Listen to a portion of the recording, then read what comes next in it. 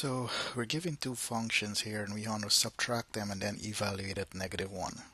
So first what we'll do is what is f minus g of x, and keep in mind that f minus g of x is the same as f of x minus g of x. So f of x is x squared plus 1, and we're going to subtract g of x, which is x minus 4.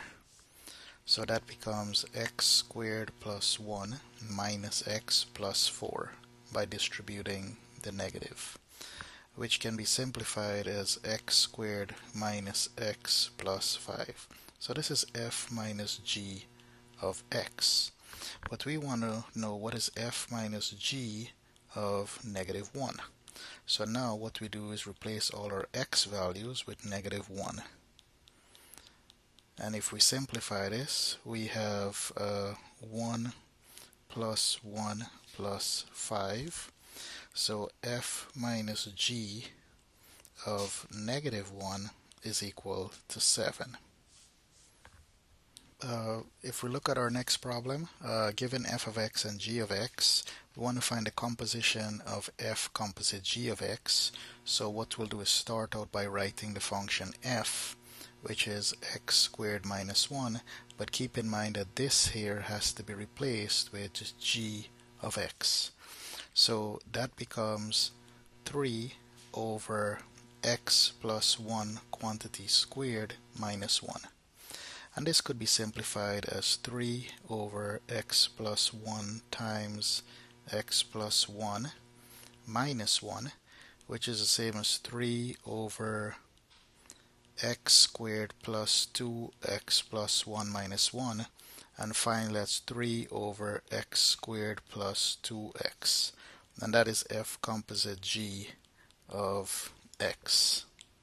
For part B, we're looking for g composite f of x. So once again, we'll start out by writing the function g of x in this case, g of x, which is x plus 1, but keep in mind now we'll replace the x with f of x.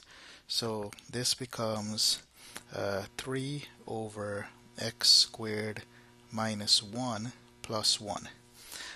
Finding common denominator for this, we have x squared minus 1, and this becomes 3 plus x squared minus 1, because this is like 1 over 1.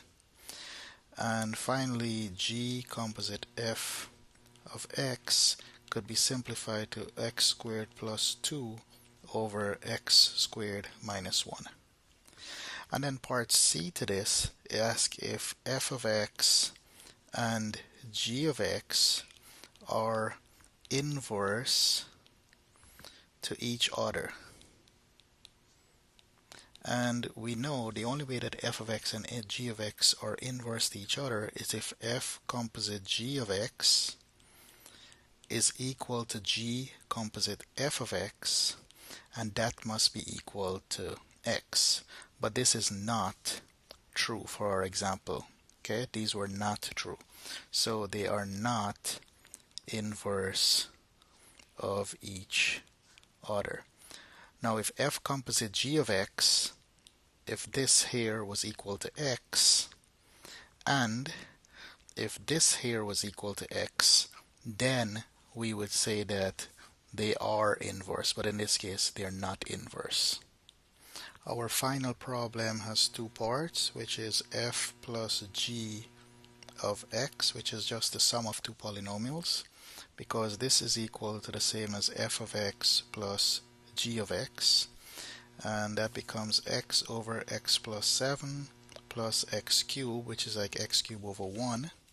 Finding the common denominator, which is x plus 7. The numerator can be written as x plus x to the 4th plus 7x cubed. Writing this in correct order, so f plus g of x is the same as x to the 4th plus 7x cubed plus x over x plus 7. And the second part of the problem is what is f divided by g of x.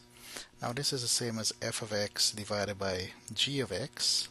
So this becomes x over x plus 7, all of this divided by x cubed, which can be simplified. So x over x plus 7 divided by x cubed, which is the same as x over x plus 7 times 1 over x cubed.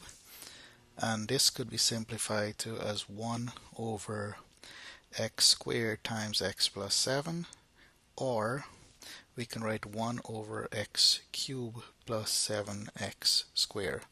And this is f over g of x. And this is the end of the solutions for exam number 1.